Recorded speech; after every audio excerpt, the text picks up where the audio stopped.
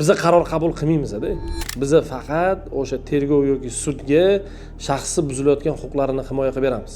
Endi mijozlar bilan gaplashganimizda bir xil advokatlar bor ekan, "Men o'g'lingizni olib chiqib beraman yoki men o'g'lingizni jinoiy javobgarlikdan ozod qilib beraman" degan va'dalarni berishar ekan. Shartnomani tezlashtirish uchun. Menimcha shunaqa shartnoma balkim shartnomani tezlashtirish uchundir. Balkim shartnomani narxini ko'proq qilish uchunmi bilmayman.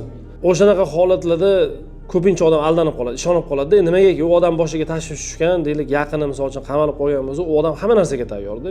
Borib misol uchun bizga ham kelgan paytida odamlar bilan shartnoma qiladigan bo'lsak, birinchi boshlaydigan gapim, sizni qulog'ingizga yoqadigan gaplar gapirmasligim mumkin. Nimagaki men sizga va'da bermayman deb aytaman bosh-boshdan. Boyaga aytganimdek, u odam boshqa narsani gapiradi, jinoyat ishini borib o'rgansangiz boshqa narsalar kelib chiqadi. Har bir shaxs biron bir narsa haqida ma'lumot berayotganda uni o'ziga to'g'rilab, uni o'ziga moslashtirib kelgan aytadi u ma'lumotni. Bizani ishda bu 99% odamlar shunaqa, aybi yo'q, u jinoyat qilmagan, sodir qilmagan bo'lgan degan holatda gapirib berishadi. 1% gina boringki, balki 2%, 3%dir, men shuni qildim, shu jinoyatni, lekin pushaymonman, yengillik so'rab bering deb kelmaydi.